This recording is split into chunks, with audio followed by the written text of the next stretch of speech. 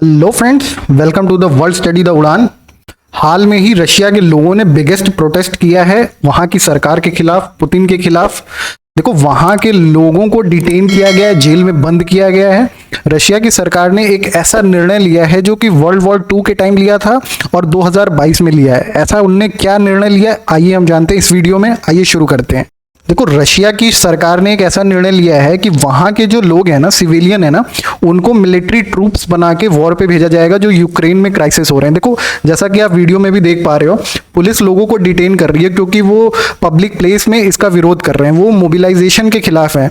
औरतें तो वॉर पे जाती नहीं, वो अपने बच्चों के लिए प्रे कर रही हैं कि गवर्नमेंट का जो ये डिसीजन है बिल्कुल गलत है। वीडियो शुरू करने से पहले मैं आपसे क्वेश्चन पूछना चाहूंगा, which is the second largest country in Europe?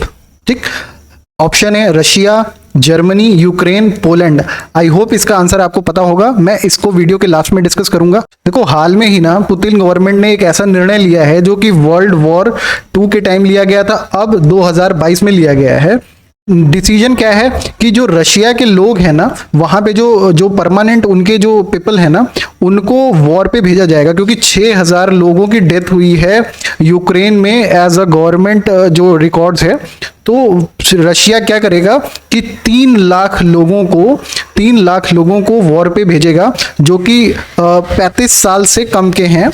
35 साल से कम के हैं, उनको वॉर पे भेजा जाएगा। ये सारी चीजें तब सामने आई हैं जब यूक्रेन का जो एरिया है ना, ये जो आप रेड डॉट एरिया देख रहे हो ना, इतना ऑलरेडी रशिया के कब्जे में है। देखो, रशिया ने और भी जो कुछ एरिया हैं उनको भी अपने अंडर में लेने की जो इच्छा इनकी है, तो उनने उसको थ्रेटनिंग करने के लिए एक सेंटेंस बोला है कि Putin mobilise war troops says nuclear threat not a bluff. देखो, ये न्यूक्लियर वॉर की सीधे सीधे चेतावनी है। तो ये इस चीज को रशिया क्लियर करना चाहता है कि अगर कोई हर्डल आता है सामने या कोई ऐसी प्रॉब्लम्स आती है तो वो न्यूक्लियर वॉर से पीछे नहीं हटेगा। ये जो वर्ल्ड वॉर हुआ था ना, 1 सितंबर 1939 से 2 सितंबर 1945 तक, तो इसमें रशियन ने पहली बार अपने लोगों को वॉर पे भेजा था। और उस टाइम क्या था ना, रशिया लोगों ने पैट्रियोटिज्म दिखाते हुए खुद बंदूक और जो भी उनके पास हथियार थे उन्होंने उससे वॉर किया था और अपना चीज़ों को सेव किया था, अपने देश को सेव किया था, अपनी ज़मीन को सेव किया था।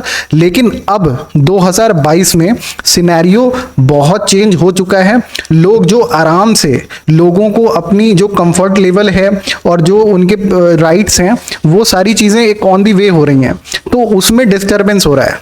देखो, जो लोग हैं ना, किसी भी तरीके से अपने कंफर्ट को छोड़कर, देखो महिलाएं तो वॉर पे जाती नहीं हैं, पुरुष जाएंगे, तो जो महिलाएं ना अपने बच्चों को वहां वॉर पे नहीं भेजना चाहती, तो ये तरह का वहां पे यहाँ पे प्रोटेस्ट का रूप ले चुका है रशिया में। तो इसके खिलाफ वहां पे बहुत बड़े लेवल पे प्रोटेस्ट हो रहा है।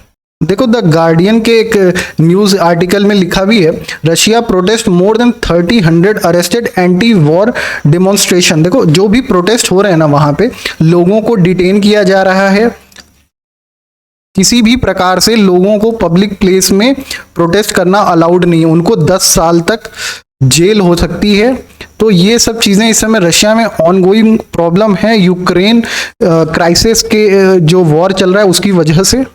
ये देखो, आज की तस्वीरें हैं, लोगों को पुलिस सड़कों से गिरफ्तार करके ले जा रही है। वहां पे जो प्रोटेस्ट करने आए ना, उनके एज इट इज सेंटेंस है ना, everyone scared, I am for peace, I don't want to have shoot, but coming out now is very dangerous, otherwise there would be many more people. देखो, इस व्यक्ति ने बोला है ना, वो सीधे कह रहा है कि मैं पीस चाहता हूँ, वॉर नहीं चाहता हूँ, और मैं नहीं चाहता हूँ किसी को शूट करूँ। तो ये डरा भी हुआ है, लेकिन अगर ये नहीं जाता है तो इसकी जगह किसी और को भेजा जाएगा। वहाँ की एक यूनिवर्सिटी की लड़की का भी एक सेंटेंस आया है, I came to say that I am against the war and mobilisation, why are they deciding my future for me, I am scared for myself, for my brother. तो ऐसी चीजें यूक्रेन में की वजह से और रशिया की जो वॉर हो रही है, इन दोनों के बीच में लोगों को बहुत परेशानियां हो रही हैं, उनके जो पर्सनल लाइफ है वो बहुत अफेक्ट हो रहे हैं। यहाँ पर एक गांधी जी की एक सेंटेंस है, वो यहाँ पे याद आती है, there is no path to peace, peace is the path. देखो, क्लियर है ना कि यहाँ कोई पाथ नहीं है पीस का, पीस ही पाथ है। तो गांधी जी के आदर्शों का पालन आज के समय में कर पाना बहुत मुश्किल है। जो कंट्री है ना, देश है ना, इस समय मैक्सिमम न्यूक्लियर वॉर के जो सबसे करीब हो सकते हैं ना, उस टाइम में कोई भी देश किसी भी देश को थ्रेटन कर रहा है, तो ये मैक्सिमम वर्ल्ड वॉर 2 के बाद ना 2022 में ये मैक्सिमम डेंजरस एरा आप इसको कह सकते हो कि कोई भी देश जो कि न्यूक्लियर संपन्न देश है वो किसी भी देश को थ्रेटन कर सकता है। देखो, अगर यूक्रेन के पास इस समय न्यूक्लियर वेपन नहीं है, लेकिन यूरोप के जो अदर कंट्रीज है ना, क्योंकि ये जो यूक्रेन था ये नाटो का मेंबर बनना चाहता था, तो यूरोप एंड साइड से, यूएस एंड साइड से यूक्रेन को वेपन्स प्रोवाइड करा रहा है और इसीलिए ये वॉर इतनी लंबी जा रही है। अगर रशिया ने इस चीज को बहुत सीरियसली लिया तो न्यूक्लियर वॉर भी हो सकता है, पॉसिबल है, तो जो कि एक पूरे ह्यूमन काइंड के लिए बहुत नुकसानदेह होगा।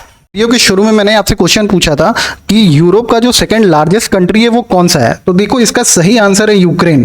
देखो, सबसे जो पहला सबसे बड़ा यहाँ का देश है वो रशिया है। देखो, रशिया जो है ना, एशिया में भी सबसे बड़ा देश है और यूरोप में भी सबसे बड़ा देश है। इसका ऑलरेडी बहुत बड़ा एरिया है, क्षेत्रफल है, तो इसका सही आंसर यूक्रेन होगा। यूक्रेन सेकंड लार्जेस्ट कंट्री है यूरोप की। Thank you for watching this video. Keep learning, keep growing. Thank you.